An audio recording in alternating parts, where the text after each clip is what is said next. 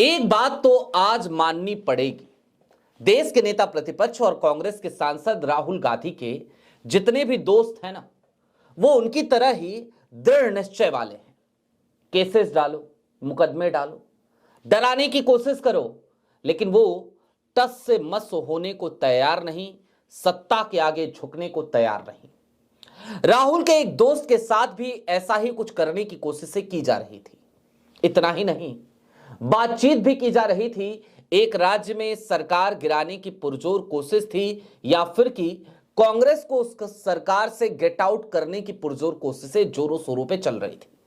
लेकिन उस राज्य के उस मुख्यमंत्री ने, राहुल गांधी के उस दोस्त ने सीधे तौर पे कह दिया, झुकेंगे नहीं। कौन है वो दोस्त, क्या है पूरा माजरा, जरा विस्तार से चर्चा करने की जरूरत है। नमस्कार, मैं स्वप्निल और आप मुद्दा देख रहे हैं। दोस्तों, आगे बढ़ें उससे पहले वही छोटी सी अपील।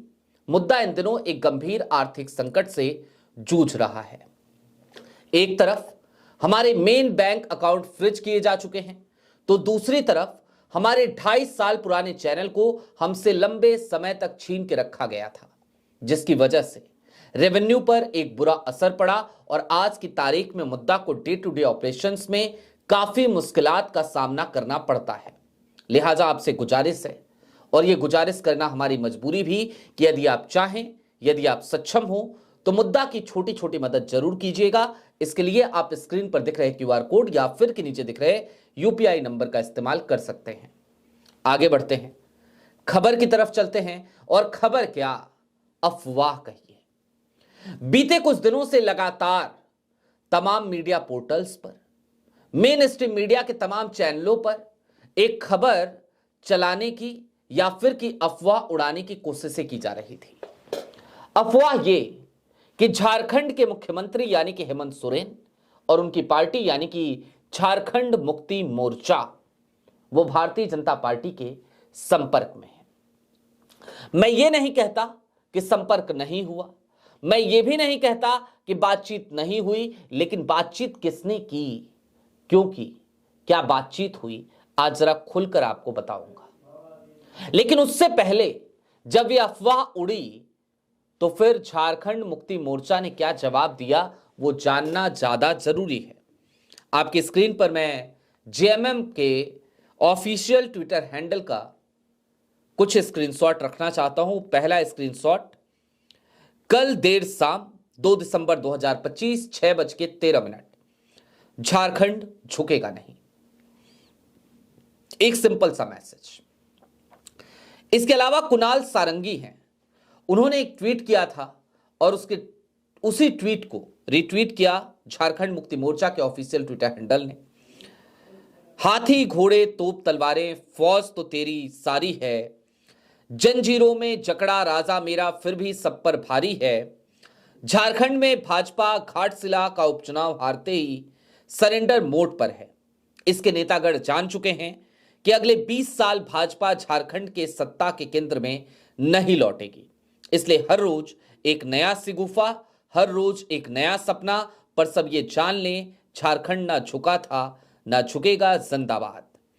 इसके अलावा जैसे ही अफवाह ज्यादा तूल पकड़ने लगी, तो झारखंड मुक्ति मोर्चा के ऑफिशियल ट्विटर हैंडल से एक और ट्वीट किया गया था बाबूलाल मरांडी को टैग करते हुए, और उसमें लिखा गया था कि बाबूलाल जी का बस चले तो देश की लड़खड़ाती अर्थव्यवस्था का ठीकरा भी हेमंत जी के सर पर फोड़ दें। बाबूलाल जी, हिम्मत हो तो इस मुद्दे पर एक पत्र लिखकर दिखाइए, लेकिन सच तो यह है आपसे ना पहले हुआ ना अब होने वाला है।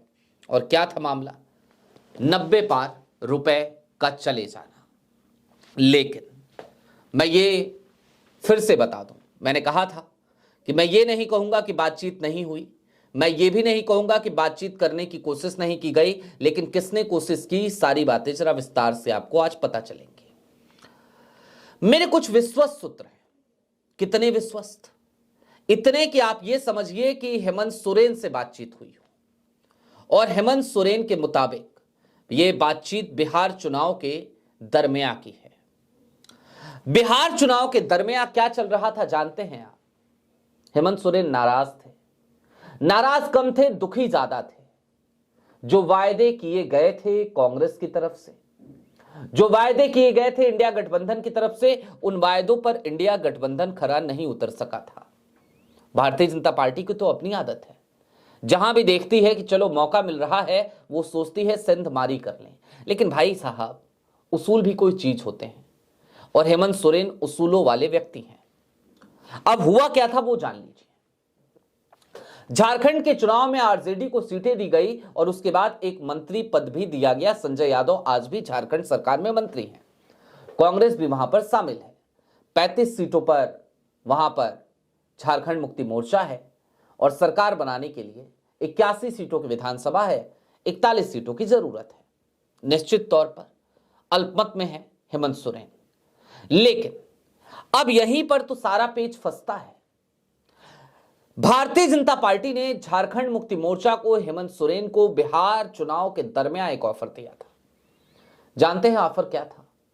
ऑफर ये कि हम आपको बाहर से समर्थन देंगे। ठीक वैसा ही ऑफर जैसे अरविंद केजरीवाल के 28 सीट आने के बाद कांग्रेस ने कहा था कि 8 सीटें हमारे पास आई हैं, हम आपको बाहर से समर्थन देंगे, आप अपनी सरकार बनवाइए।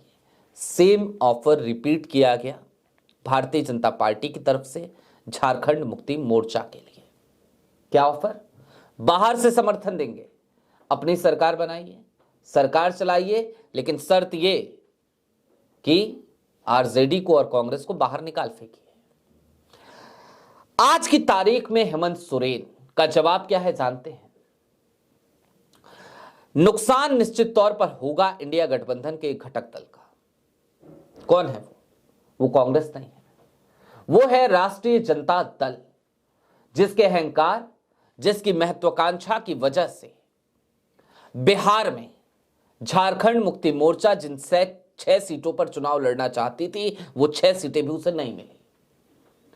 तो निश्चित तौर पर यह हो सकता है कि राजद को सरकार से बाहर कर दिया जाए, संजय यादव का मंत्री पद चला जाए, क्योंकि उस वक्त पे हेमंत सोरेन की पार्टी ने साथ निभाया था राजद का बिहार में। लेकिन बिहार में उसी राजद ने हेमंत सोरेन का साथ छोड़ दिया। लेकिन भारतीय जनता पार्टी की ये सिगूफे, टीवी चैनल्स पे चल रही तमाम डिबेट्स को धता किसी और ने नहीं, बल्कि खुद ब खुद झारखंड मुक्ति मोर्चा ने बता दिया है। अच्छा, अब मैंने आपको जिस सोर्सेस के हवाले से यह बताया, उसके आगे की बात भी जान लीजिए। उस वक्त भी हेमंत सोरेन ने बड़ी साफ गोई के साथ एक बात कही थी। बात यह कि मैं बहुत कंफर्टेबल आज की तारीख में कांग्रेस के साथ नहीं हूं, मैं बहुत कंफर्टेबल आज की तारीख में राजद के साथ तो बिल्कुल नहीं हूं। लेकिन इसका मतलब यह नहीं है कि मैं भारतीय जनता पार्टी के साथ चला जाऊंगा, क्योंकि यदि मैं भारतीय जनता पार्टी के साथ चला गया तो शायद कंफर्ट की बात तो छोड़ दीजिए, मैं रहूंगा कि नहीं रहूंगा इसकी भी कोई संभावना नहीं दिखती। भारतीय जनता पार्टी का सीधा सा हिसाब है, वो यही तो करती रही है, यही तो उसका खेल है। गठबंधन करो, फिर अगर कोई दल गठबंधन धर्म निभा रहा हो तो उसकी पीठ में छुरा भोंक दो। लेकिन भारतीय जनता पार्टी के तमाम नेताओं को यह समझना चाहिए था कि हेमंत सोरेन का डीएनए क्या है। हेमंत सोरेन देशोम गुरु सोरेन के सुपुत्र हैं और शिबू सोरेन के सुपुत्र। उनके साथ इस तरीके की खेल, इस तरीके का गेम, क्या भारतीय जनता पार्टी की कल्पना भी कर सकती है कि हेमंत सोरेन इस तरीके के गेम को डिकोड नहीं कर पाएंगे? उन्होंने ये गेम तभी डिकोड कर लिया था, उन्होंने इसको लेकर तभी अपनी प्रतिक्रिया दे दी थी, उन्होंने इस ऑफर को तभी ठुकरा दिया था। उसके बाद हुआ क्या? बिहार चुनाव हुआ, बिहार के नतीजे आए, इंडिया गठबंधन की बुरी हार हुई, उसकी तमाम समीक्षाएं चल रही हैं, अलग अलग लोग अलग अलग तरीके से और तमाम पार्टियां भी अपने अपने तरीके से उसकी समीक्षा भी कर रहे हैं। लेकिन उसी बीच में कर्नाटक आ गया। कर्नाटक में कहा जाने लगा कि सरकार गिर जाएगी कांग्रेस की, क्योंकि टसल चल रहा है डीके शिवकुमार और सिद्धारमैया के बीच में। तो कुछ दिनों तक वहां पे व्यस्तता रही, लेकिन जब जैसे ही वहां से भारतीय जनता पार्टी को फुर्सत मिली और उन्हें लगा कि कर्नाटक में जिस खेल की हम परिकल्पना कर रहे थे वो खेल नहीं हो पाएगा। ठीक उसी वक्त पे झारखंड का सिगुफा छोड़ने के लिए भारतीय जनता पार्टी और उनके इशारों पर नाचने वाले तमाम सो कॉल्ड पत्रकार सामने आ गए। तमाम तरीके की ट्वीट्स की जाने लगी। सियासी बाजार में तमाम तरीके की अटकलबाजी कैसे शुरू हो, किस तरीके से लगातार लोगों को गुमराह किया जाए, इस पर एक नई साजिश रची जाने लगी। और इन्हीं सब का नतीजा है कि आज की तारीख में आप उड़ती उड़ती खबरें ये सुन रहे हैं कि हेमंत सोरेन कभी भी पाला बदल सकते हैं। हालांकि हेमंत सोरेन के ऊपर दबाव डालने की कोशिश भी की गई है। हेमंत सोरेन लंबे समय तक जेल में थे, आपको यह भी पता है। हेमंत सोरेन के ऊपर उन तमाम केसों को लेकर एक अलग तरीके का दबाव बनाने की, एक अलग तरीके की प्रेशर टैक्टिक्स चल रही है। लेकिन हेमंत सोरेन ने, राहुल गांधी के इस दोस्त ने दोस्ती का फर्ज निभाना ज्यादा बेहतर समझा। हेमंत सोरेन कहीं नहीं जा रहे हैं, ये एक सच्चाई है, ये एक वास्तविकता है। बाकी अफवाहों का क्या है, वो तो उड़ती रहती हैं, उड़ती रहेंगी। आपकी क्या राय है हमें कमेंट बॉक्स में जरूर बताइएगा।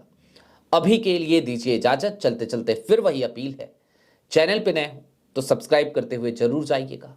और फिल वक्त जब एक तरफ मुद्दा के मेन बैंक अकाउंट फ्रीज चल रहे हैं, दूसरी तरफ हमारे 28 साल पुराने चैनल को हमसे लंबे समय तक छीन कर रखा गया था। कुल मिलाकर पुरजोर कोशिश ये थी कि मुद्दा की ये बेबाक आवाज रुक जाए, थम जाए। उन तमाम कोशिशों को धता बताते हुए भी हमारी बेबाकी यहां पर निरंतर जारी है आपके सहयोग से। ऐसे में यदि आप चाहें तो छोटी छोटी मदद मुद्दा की जरूर कीजिएगा। बहुत शुक्रिया।